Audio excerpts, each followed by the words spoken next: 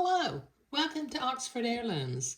Well, I have my hand embroidery completed on both sides of the collar, and that looks just really precious. So now I need to begin to work on the body, the blue batiste body of the bubble, before I can attach the collar to it. Now notice I still have not cut out my neck hole openings or the back of the collar, because since I drafted this collar myself, I want to make sure that it's going to have enough length. You'll also notice I sewed my lace in about 3/4 of an inch past the line that represents the back edge of the collar, just in case I need a little extra collar length in the back. So I'm going to set my collar piece off to the side, and I'm going to begin to work on the front bodice piece. Now what I have done preliminarily, I have marked the center top and the center bottom of that piece. I've also got my back piece, and I have marked the two places where I need to fold the facing, both top and bottom. I've made a little mark that I can see. Well, I can't really see through. Let me mark those again on the back side. The position of my 4 buttonholes. And also there's a little place on the very bottom where it says to stop the elastic here. So I have made a little blue dot where I'm supposed to stop the elastic.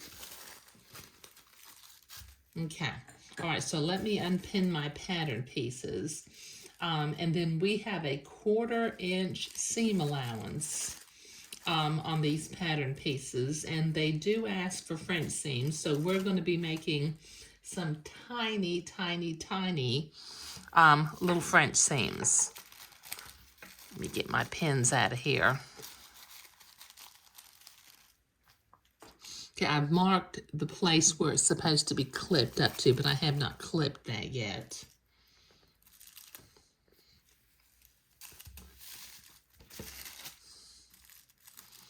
Okay, now I've got my blue thread in the machine now. I was sewing with white previously.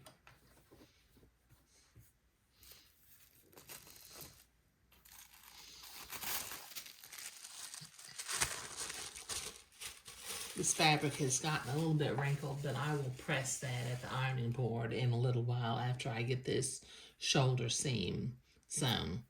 Okay, so one side at a time.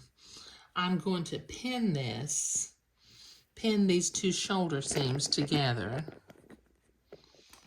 And I'm going to start with about a 1/16 inch seam allowance, and then come back with about a 3/16 or even a 1/8 inch seam allowance, so that we will have a very, very tiny French seam up at the shoulder.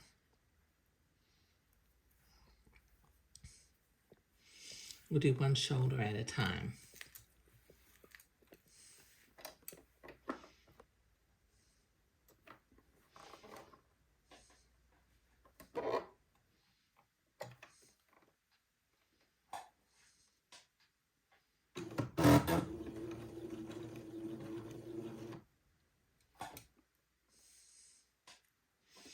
Take my pins out as I come to them.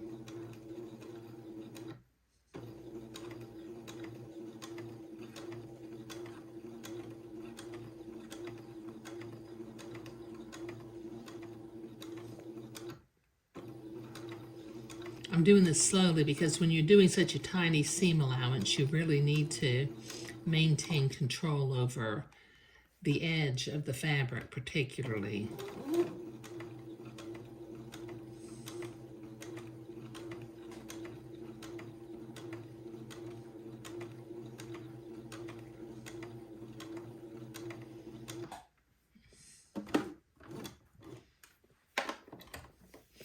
Oh, I left my embroidery scissors in the other room. I'll have to use my specialty scissors to clip my threads.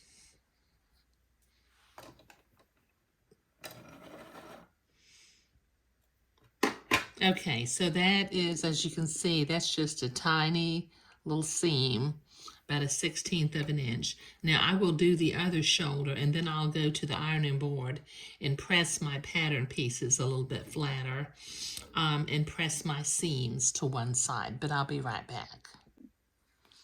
Okay, I have these tiny little seams pressed to one direction, so I'm going to fold the fabric over and I'm going to finger fold that seam so that I can come back and do the second pass of the French seam.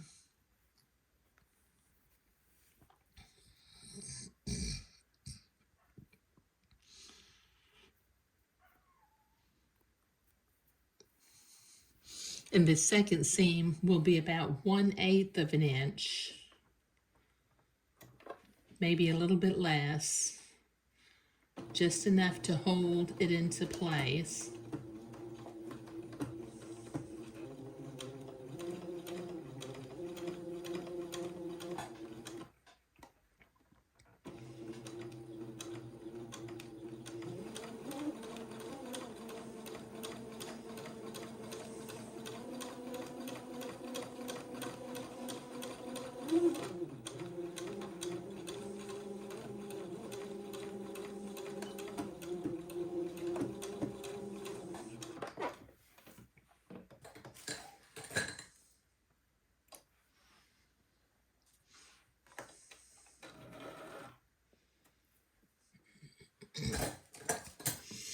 Let me do the other side.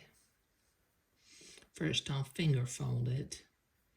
It's a nice thing about Swiss Batiste. You can finger fold it and it makes a nice, crisp little crease. Okay, once again, about 1/8 of an inch, or maybe about 3/16 of an inch, or less if you can get away with it. Whoops. I think my fabric went into the bottom of the... I'll be right back. Okay, I've got that done.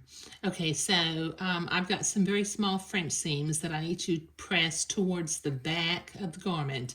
Now, while I'm at the ironing board, I'm going to press the edge of the facing toward the inside, about 1/4 of an inch, and then I will press my facing toward the inside at the 2 dots where I'm supposed to fold. So I'll be right back from the ironing board. Okay, so I've got my tiny little French seams pressed towards the back of the garment. I've also got my facings pressed. So using a straight stitch and about a 1/8 inch hem, I'm going to hem the edge of the facing.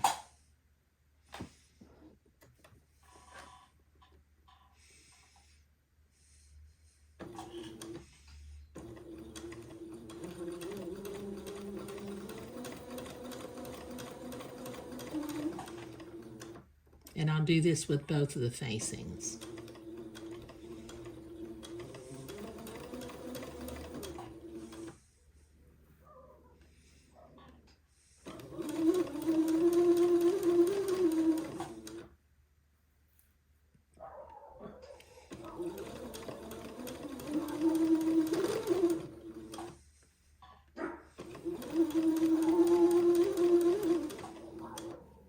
Okay, this will take me a minute to get both of these done, so I'll be right back. Okay, now I'm set up on the ironing board right now, and what I see about my collar is that if I cut it where I originally meant to cut it, it would be the correct length, but that doesn't give me any room to hem. And I need to turn it in by about 1/8 of an inch and 3/16 of an inch, and hem it with some little whip stitches.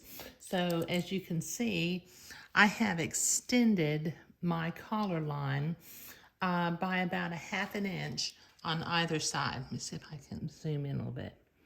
Can you see what I've done? I'm going to make the collar just a little bit longer than what I had originally intended. And sometimes when you draft your own collars, you have to do that. Now notice this doesn't really fit the neckline perfectly, but you know, it'll ease in once I get to where I'm going to be sewing it in. Okay, so I have my collar cut out now. I have gone ahead and pressed it so that my embroidery hoop creases will disappear. And I've got my tiny little hem pinned.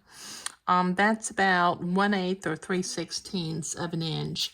And I will whip stitch that with my needle and thread in just a minute.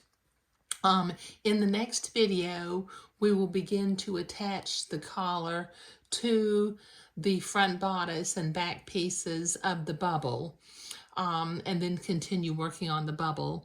But in this video, we were sewing the front seams at the shoulders of the bodice pieces and the two back pieces, and doing the final prep work on the collar. Thank you.